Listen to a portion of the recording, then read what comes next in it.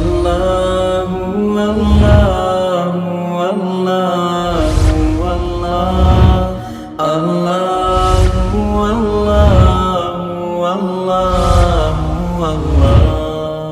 اللہ اللہ اللہ۔ بسم اللہ الرحمن الرحیم۔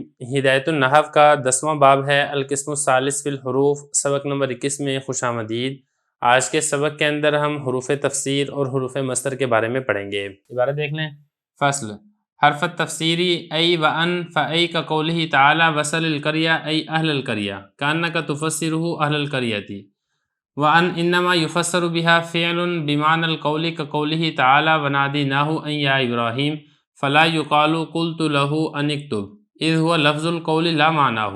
فصل حروف المصدر ثلاثة ما وان وان فالاولیان للجملة الفعلیة كقوله تعالى وضاقت عليهم الارض بما رحبت ای برحبها وقول الشاعر يسر المرء ما ذهب الليالي وكان ذهابهن له ذهابا وان نحو قوله تعالى فما كان جواب قومه الا ان قالوا ای قولهم وان للجملة الاسمیة نحو علمت انك قائم ای قیامک۔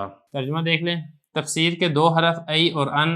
ای جیسے اللہ تعالیٰ کا فرمان ہے وصل القریہ یعنی اہل القریہ، گویا کہ آپ تفسیر کر رہے ہیں اہل قریہ کے ساتھ، اور ان اس کے ساتھ تفسیر کی جاتی ہے اس فعل کی جو قول کے معنی میں ہو، جیسے کہ اللہ تعالیٰ کا فرمان ہے وَنَادَيْنَاهُ أَن يَا ابراہیم۔ یہ نہیں کہا جا سکتا کہ میں نے اس کو کہا اکتب، اس لیے کہ یہاں پہ لفظ قول ہے، معنی قول نہیں ہے۔ فصل حروف مصدر 3 ہیں، ما، ان اور انا۔ پہلے دو جملہ فعلیہ کے لیے، جیسے اللہ تعالیٰ کا فرمان ہے وَضَاقَتْ عَلَيْهِمُ الْأَرْضُ بِمَا رَحُبَتْ ای برحبها، اور شاعر کا قول ہے یسر المرء ما ذهب الليالي وكان ذهابهن له ذهابا۔ اور ان جیسے کہ اللہ تعالیٰ کا فرمان ہے فما كان جواب قومه الا ان قالوا ای قولهم، اور انا یہ جملہ اسمیہ کے لیے، جیسے کہ علمت انک قائم ای قیامک۔ عبارت و ترجمہ ہو چکا ہے، اب چلتے ہیں اس کی تشریح کی طرف۔ دیکھیں یہاں سے حروف تفسیر اور حروف مصدریہ کو بیان کیا جا رہا ہے۔ عربی کے اندر تفسیر کرنے کے لیے دو حرف استعمال ہوتے ہیں، مطلب کلام کے اندر ایک ابہام ہوتا ہے اور اس کلام کو وضاحت کی ضرورت ہوتی ہے، اور آپ وضاحت جب کرنا چاہتے ہیں تو پھر دو حرف ہوتے ہیں جن کے ذریعے سے آپ وضاحت کرتے ہیں۔ مطلب یہ کہ آپ اس حرف کو پہلے لے کر آتے ہیں اور اس کے بعد پھر اس کی وضاحت اور تفسیر کو آپ ذکر کرتے ہیں، جس کے آگے حضرت نے مثالیں دی ہیں۔ تو یہاں سے عبارت دیکھیں، حرف التفسیری، یہ اصل میں تھا حرفانی تفسیر، جو کہ اصول ہے کہ جب تثنیہ کی اضافت ہوتی ہے تو نون تثنیہ گر جاتا ہے، اسی وجہ سے یہاں پہ نون تثنیہ گر چکا ہے۔ یعنی تفسیر کے دو حرف وہ کون سے ہیں؟ ایک ہے ای اور دوسرا ہے ان۔ ای کی مثال دے رہے ہیں جیسے کہ اللہ تعالیٰ کا فرمان ہے وصل القریہ ای اہل القریہ۔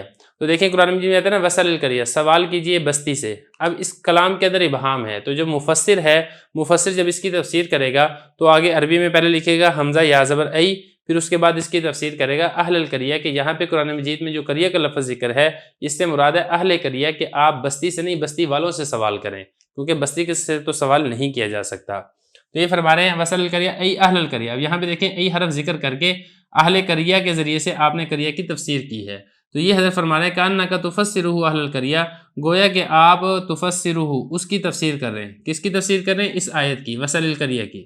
گویا کہ آپ وصل القریہ جو آیت ہے اس کی تفسیر کر رہے ہیں اہل قریہ کے ساتھ۔ اور جو دوسرا حرف ہے ان کے بارے میں بتا رہے ہیں کہ اس فعل کی تفسیر کی جا سکتی ہے ان سے جو فعل قول کے معنی میں ہو۔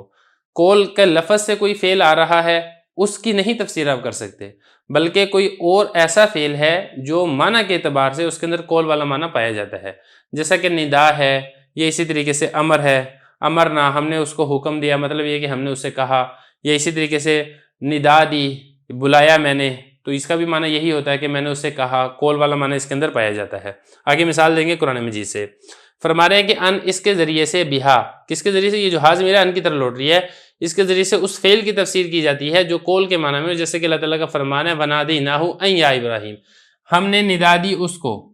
ان، اب یہ جو ان ہے ندا دی، اب ندا کس چیز کی دی؟ اس کے اندر ابہام تھا، اس ابہام کی تفسیر کی جا رہی ہے ان کے ذریعے سے، ندا یہ دی اے ابراہیم۔ اب یہاں پہ دیکھیں یہ جو نادینا ہے یہ قلنا کے معنی میں ہے، جو قول مصدر ہے، اس قول سے جو فعل ہے جمع متکلم قلنا، یہ نادینا یہ اسی فعل کے معنی کے اندر پایا جا رہا ہے۔ فلا یقال قلت له ان اکتب، آپ یہ نہیں کہہ سکتے میں نے اسے کہا اکتب، کہ آپ قلت له کہیں اور پھر میں نے اس سے کہا، اس کے اندر ابہام ہے نا، اس سے میں نے کیا کہا، اس ابہام کی آپ تفسیر کریں ان ذکر کر کے اکتب کے ساتھ، کہ میں نے اسے یہ کہا کہ آپ لکھو، تو دیکھیں آپ ایسا نہیں کر سکتے، کیونکہ جو قلتو فعل ہے اس فعل کی تفسیر ان کے ذریعے سے نہیں کی جا سکتی، بلکہ اس فعل کی تفسیر کی جا سکتی ہے جو قلتو یعنی قال یقول اس فعل کے معنی میں ہو۔ یہاں پر کوئی ایسا فعل نہیں ہے جو قال یقول کے معنی میں، بلکہ خود یہ قال یقول فعل ہے۔ تو یہ فرمایا کہ آپ یہ نہیں کہہ سکتے ان اکتب، کیوں؟ اس لیے کہ یہاں پہ تو کول کا لفظ پایا جا رہا ہے کہ کول لفظ سے قلتو فعل آ رہا ہے، جبکہ ہم نے یہ کہا تھا کہ کول لفظ سے یعنی کول مصدر سے کوئی مشتق کوئی گردان نہ ہو، کوئی فعل نہ ہو، بلکہ کوئی اور گردان ہے، کوئی اور فعل ہے جس کا مصدر اور مادہ کچھ اور ہے، لیکن اس کا معنی کول والا ہونا چاہیے، جبکہ یہاں پہ معنی نہیں، خود لفظ کول موجود ہے، لہذا ان کے ذریعے سے آپ اس کی تفسیر نہیں کر سکتے ہیں۔ یہ فرمایا لا معنی ہو، یہ کول کا معنی نہیں ہے تو خود لفظ کول ہے، لہذا ان کے ذریعے سے اس کی تفسیر نہیں کی جا سکتی۔ آگے دیکھیں حروف مصدر ہیں، یہ 3 ہیں۔ حروف مصدر کا کام کیا ہوتا ہے کہ دیکھیں یہ آگے جو جملہ ہے، چاہے وہ جملہ اسمیہ ہو چاہے وہ فعلیہ ہو، اس کو مصدر کی تعویل کے اندر کر دیتے ہیں، اور عام طور پہ یہ فعل کو مصدر کی تعویل میں کرتے ہیں، جیسا کہ آگے ذکر بھی ہوگا۔ فرما رہے ہیں کہ حروف مصدر 3 ہیں، ما، ان اور انا۔ یہ جو پہلے دو ہیں یعنی ما اور ان، یہ جملہ فعلیہ کے لیے ہیں، یعنی جملہ فعلیہ پر داخل ہوتے ہیں اور فعل کو مصدر کے معنی میں کر دیتے ہیں، جیسے کہ اللہ تعالیٰ کا فرمانا ہے وَضَاقَتْ عَلَيْهِمُ الْأَرْضُ بِمَا رَحُبَتْ، اور تنگ ہوگی ان کے اوپر زمین باوجود کشادگی کے۔ اب یہ جو نا راہوبت، راہوبہ یرحبو، اس کا مطلب ہوتا ہے کشادہ ہونا، اور اس کا جو مصدر ہے نا اس کا مصدر ہے رحب۔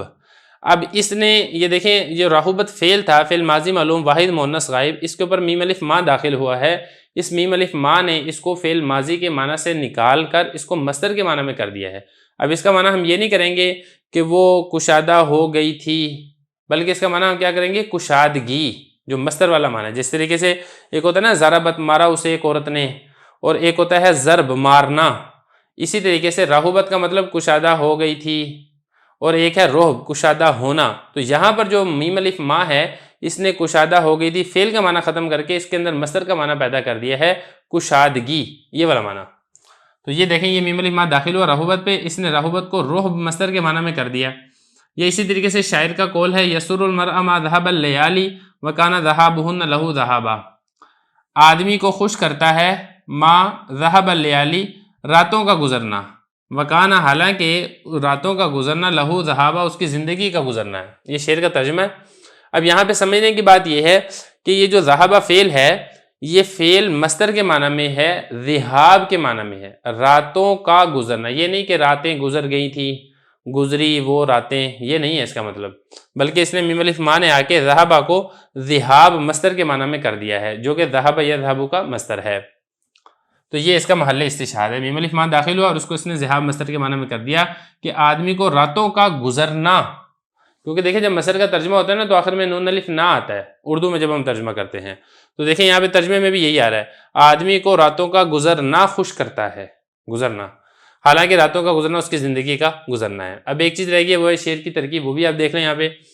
یسرو یہ فعل ہے، المرأہ یہ بنے گا اس کا مفعول، یہ جو ہے نا ما ذهب الليالي وكان ذهابهن له ذهابا، یہ بنے گا یسرو کا فاعل، یہ پورا جملہ آخر تک اس یسرو کا فاعل واقع ہو رہا ہے۔ اب اس کی ذرا دیکھ لیں ترکیب، ذہابہ یہ فعل ہے، الليالي یہ اس کا فاعل ہے، یہ جو الليالي فاعل ہے اس کو آپ بنائیں ذوالحال، اور یہ جو آگے والا جملہ ہے پورا یہ بنے گا ذوالحال سے حال، یہ بن جائے گا ذوالحال واو حالیہ، کانا فعل ناقص، ذہاب ہونا مضاف مضاف الیہ سے مل کر کانا کا اسم ہے، لام حرف جر، ہو ضمیر مجرور، جار مجرور مل کر ذہاب مصدر کے متعلق ہے، ذہاب مصدر چونکہ شبہ فعل بھی ہوتا ہے لہذا اس کے اندر فاعل اور متعلق سے مل کر جملہ ہو کر پھر یہ بن جائے گا اس کانا کی خبر، کانا فعل ناقص اپنے اسم و خبر سے مل کر یہ لیالی ذوالحال کے لیے حال واقع ہوگا، اور لیالی ذوالحال اپنے حال سے مل کر یہ بنے گا ذہابہ کے لیے فاعل، ذہابہ فعل اپنے فاعل سے مل کر ما مصدر کی تعویل میں ہو کر پھر یہ بن جائے گا یسرو کے لیے فاعل، کیونکہ یہ اس کا فاعل واقع ہو رہا ہے نا، آدمی کو خوش کرتا ہے، کیا خوش کرتا ہے؟ یہ خوش کرتا ہے راتوں کا گزرنا،